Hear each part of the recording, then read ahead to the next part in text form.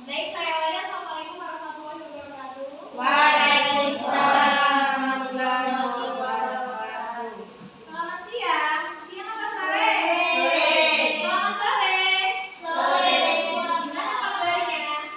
Baik. Oke, hari ini saya absen terlebih dahulu. Sekarang jam berapa? 10.11 ya? Oke. Siapa yang nggak masuk? Romli sakit. Oke. Ahmad Yudi? Hadir. Oke. Dimas? Sholat. Hani? Saya hadir. Kamiatus? Lesti? Kurniawan? Anu latihan perpisahan. Novian Zaika? Risma Ayu? Ferawati? Juliana? Zainal Abidin? Hadir. Zakri Fadli? Sholat. Aldi? Iya Aldi. Zainal duduk di tempatnya masing-masing ya. Iya kak. Oke, pertemuan kemarin, minggu kemarin ya? Iya, minggu kemarin kita sudah membahas mengenai bab ASI. Apa itu ASI? Iya benar, air susu itu. Di ASI itu ada proses yang namanya fisiologi laktasi. Apa itu fisiologi laktasi? Proses di mana ASI itu diproduksi sampai bayi mulai menelan ASI. Jadi ada dua hormon kemarin dalam ASI apa aja? Hormon prolaktin sama Oksidasi. oksitoksin. Jadi dalam proses ASI eksklusif itu biasanya ada dua hormon, yaitu hormon apa? Prolaktin dan oksitoksin. Oke.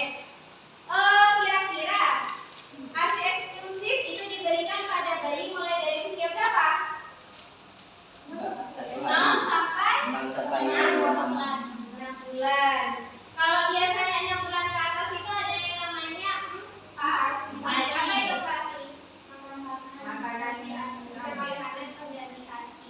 Oke, jadi kemarin kita udah membahas tentang ASI. Sekarang kita membahas tentang metode KB. Sebelum itu ada yang namanya BKKBN. BKKBN. Apa itu BKKBN? BKKBN ini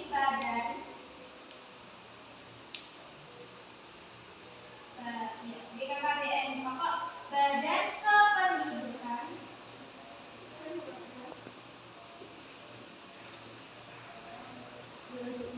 Keluarga Berencana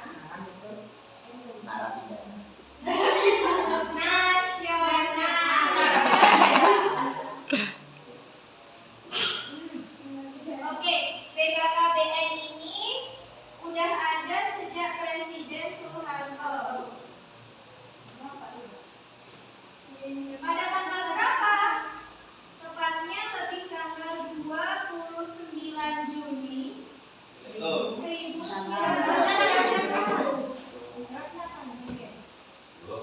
Oke, pada 29 Juni 1970 BKKBN itu dibentuk pada masanya Presiden Soeharto. Kemudian jangan rapi ya, udah datang ya. Kemudian ada yang namanya Kampung KB. Nah, Kampung KB ini dicanangkan oleh siapa? Oleh Presiden Joko Widodo.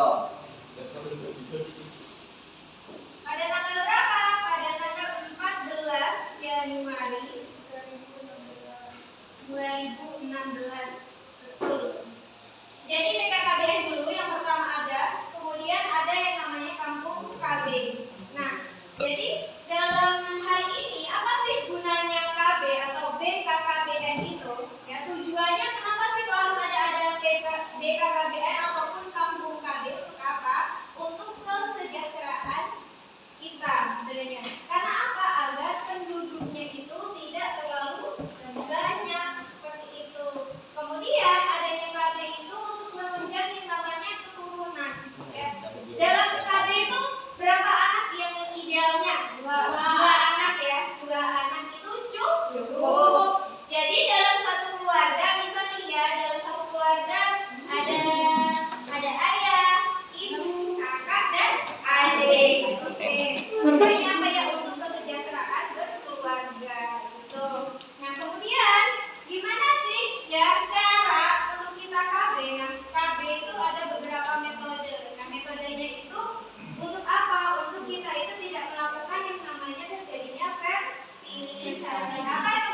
pembuahan. Ada dua metode KB. Isinya ada apa? Alamiah dan non alamiah. Oke, kalau yang alamiah dibagi lagi menjadi dua, dengan alat dan Tanpa tanpa alat. alat. Kalau dengan alat itu ada yang namanya dengan alat. Jadi secara alamiah, kalau secara alamiah berarti tanpa kandungan obat, ya, tanpa adanya obat yang mengandung hormonal. Ingat ya, kalau alamiah secara alami. Oke. Nah, kalau dengan alat biasanya ada yang namanya kondom. Kondom itu kan alat ya. Ya. Kemudian ada spermisida dan ada diafragma. Kalau kondom biasanya itu digunakan untuk laki-laki. Fungsinya apa? Fungsinya agar ya sperma itu tidak masuk ke dalam vagina perempuan. Istilahnya itu untuk menghambat sperma keluar. Paham? Jadi dihambat tuh oleh kondom itu. Nah, jadi bentuknya kondom itu seperti karet. Seperti itu. Kemudian ada yang namanya spermisida. Spermisida ini kurang lebih seperti gel. Ya, gel. Jadi bentuknya itu kayak diolesin. Biasanya spermisida itu nanti bakal bareng sama penggunaan diafragma. Kalau diafragma biasanya dimasukin untuk alat kontrasepsi pada wanita. Kalau biasanya pada pria, kalau diafragma itu ada wanita. Biasanya di dalam cara penggunaan diafragma itu berbarengan dengan spermisida sebagai pelumas. Gitu. Kemudian yang kedua yang alamiah yaitu tanpa alat. Tanpa alat ada apa aja di situ? Ada kalender. Kemudian suhu basal, lendir serviks dan simptom termal. Nah, kita mulai dari kalender. Nah, jadi penggunaannya kalender itu dimulai dari masa subur kalian. Jadi kalau kalender memang benar-benar wanita tuh harus tahu kapan sih wanita itu masa suburnya itu kapan. Biasanya dihitung setelah kalian haid. Ya, setelah kalian haid itu dihitung masa suburnya berapa hari. Seperti itu. Nah, kemudian ada yang namanya suhu basal. Nah, suhu basal biasanya metodenya itu menggunakan yang namanya termosuhu basal. Biasanya ada sendiri alatnya. Nah, kapan sih penggunaannya? Penggunaannya itu ketika kalian berada di fase istirahat dan sebelum kalian itu bangun. Jadi pada pagi hari ya, misalkan pada pagi hari kan kalian masih lemes tuh badannya ya. Jadi sebelum kalian bangun dari tempat tidur kalian, kalian ukur nih suhu basalnya berapa. Biasanya normalnya itu 35,5 sampai 36 derajat. Itu normalnya suhu basalnya. Kemudian kalau lendir serviks. Lendir serviks itu dilihat dari warna lendir serviks kalian ketika keputihan. Paham? Jadi lendir serviks ya, jadi ada beberapa warna ya, ada beberapa warna. Jadi ada warnanya itu ketika kalian masanya tidak subur itu biasanya lendir serviksnya akan berwarna agak kering, kemudian agak biasanya menempel ya, agak gimana ya, teksturnya itu kayak rekat kemudian tebal.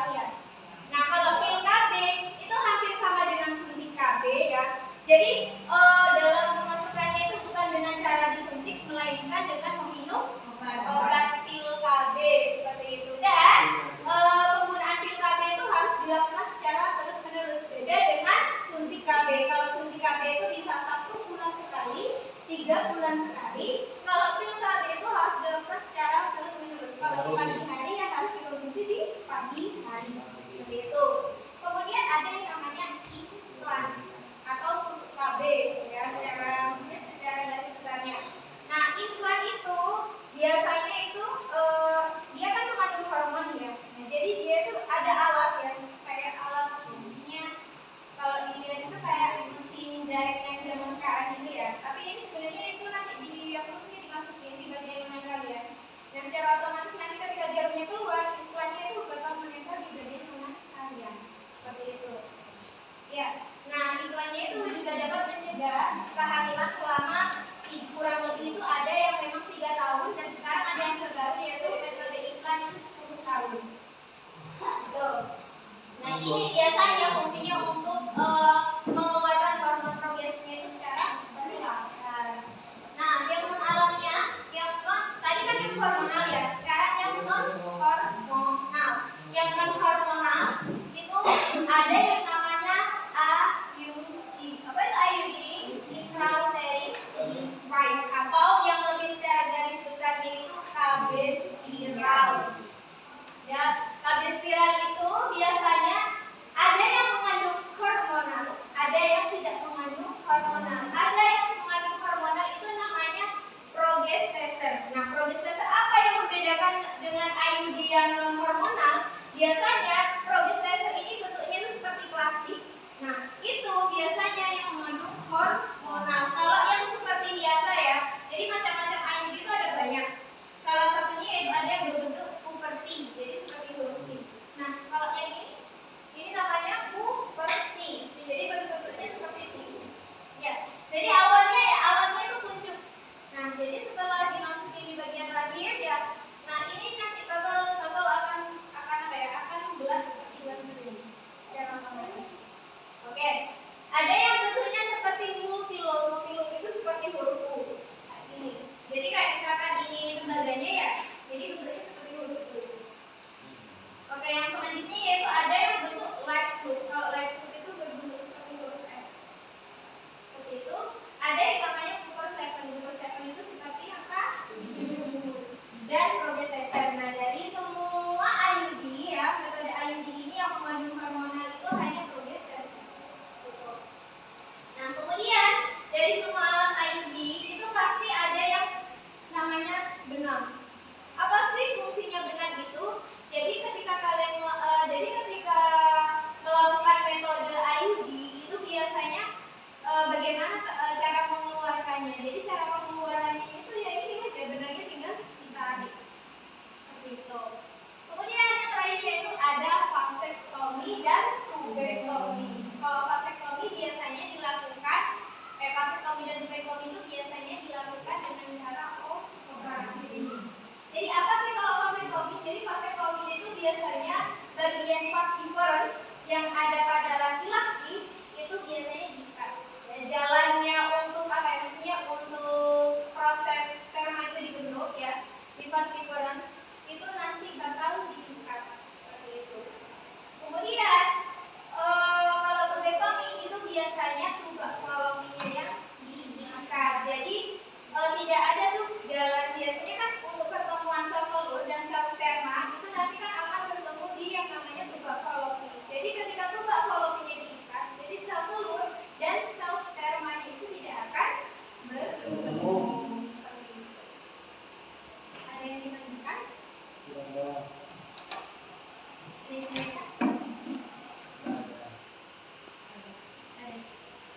Sebutkan namanya.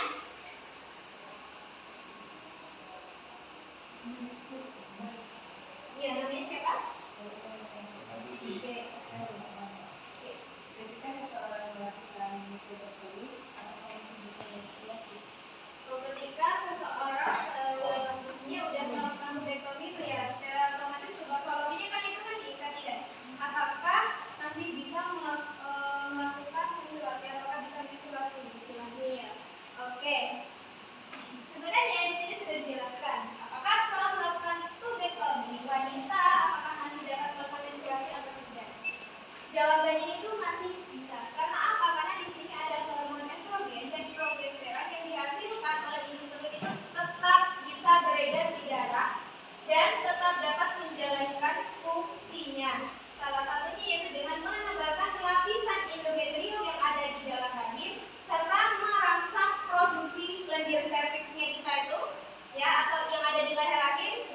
Nah, oleh karena itu seorang wanita meskipun sudah menjalani yang namanya tubektomi, ya, tetap dia dapat melakukan menstruasi. Karena apa? Darah menstruasi itu berasal dari lapisan endometrium rahim yang meluruh akibat tidak terbentuknya cikal bakal janin. Jadi dia masih bisa melakukan yang namanya menstruasi. Seperti itu. Melewati jalur apa? Jalur endometrium. Jadi yang dilihat itu dari lendir serviksnya. Kemudian ada lagi yang ditanyakan? Ya, apa siapa? Oke. Dari semua metode KB, manakah metode KB permanen? Jadi semua metode KB, manakah metode KB yang permanen? Sebenarnya dari semua metode KB itu tidak ada yang permanen. Jadi semuanya itu meskipun tubektomi, vasektomi, ya, itu kan hanya apa ya? Maksudnya hanya diikat. Jadi ketika seseorang yang sudah melakukan tubektomi, vasektomi ingin punya keturunan lagi, ini katanya bisa dibuka seperti itu. Jadi tidak ada dari metode KB ini semuanya itu tidak ada yang permanen. Nah, kalau misalkan dari pertanyaan itu, apakah lebih aman mana sih metode KB yang alamnya dan alamnya itu lebih aman mana? Nah, sebenarnya yang lebih aman itu ya vasektomi sama tubektomi.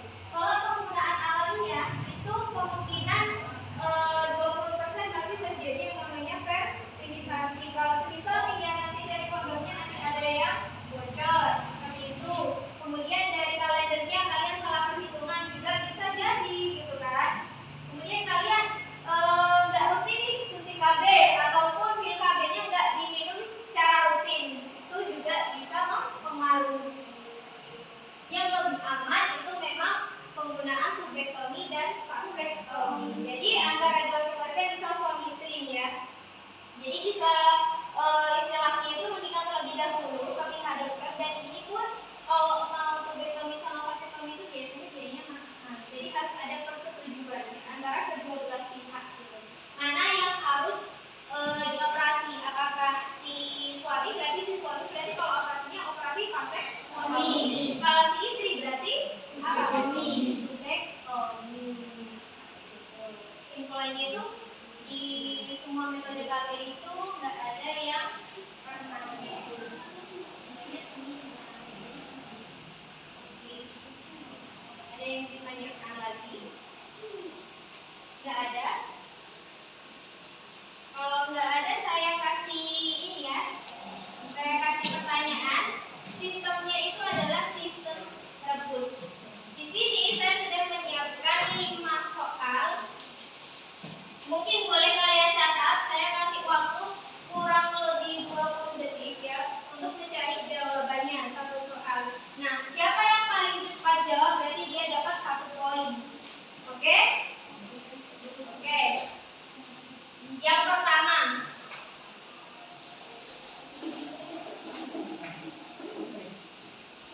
Oke. Tadi BKKBN itu kan dibentuk mulai tanggal 29 Juni pada tahun 1970. Kemudian ada yang namanya program Kampung KB. Nah, program Kampung KB itu dicanangkan oleh siapa? Pada tanggal berapa? Silakan ditulis. Ya, silakan ditulis. Program Kampung KB ya. Kampung KB itu dicanangkan oleh siapa? Dan pada tanggal berapa?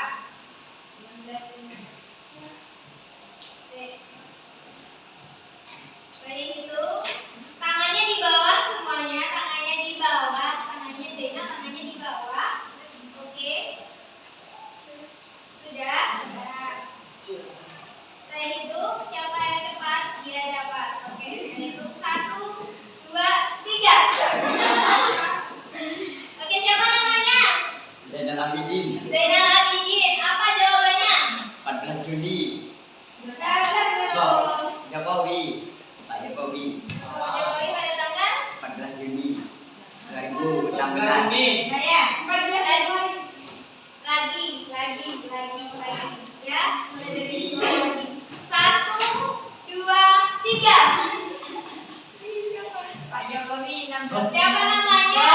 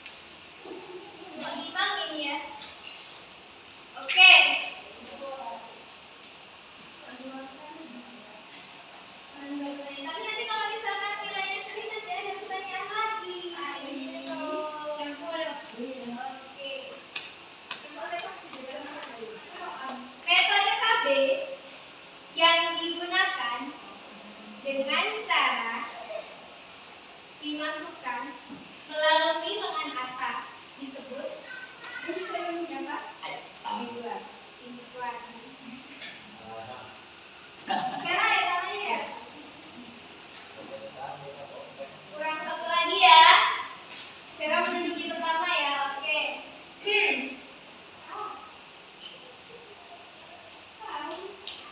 Yang terakhir, apa yang membedakan metode KB antara metode KB tubektomi dan vasektomi? Lagi. 1, 2, 3. Tubektomi pada wanita, vasektomi pada pria. Kalau tubektomi pada wanita, tubektomi pada wanita apa ini? Tubang balok.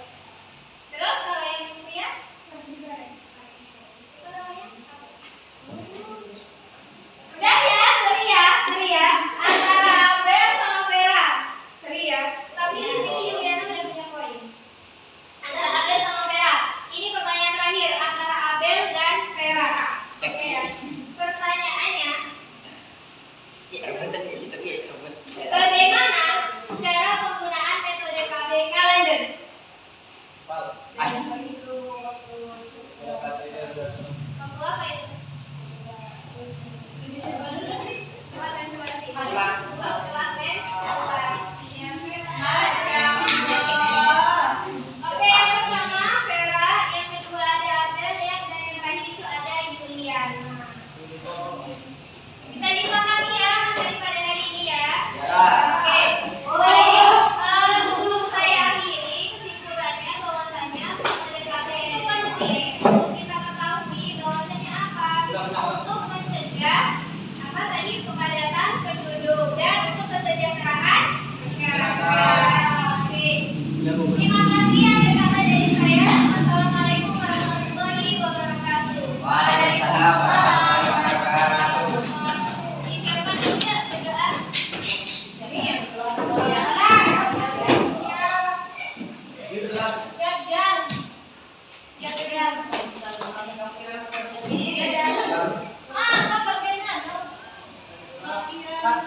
Saya berdoa terlebih dahulu.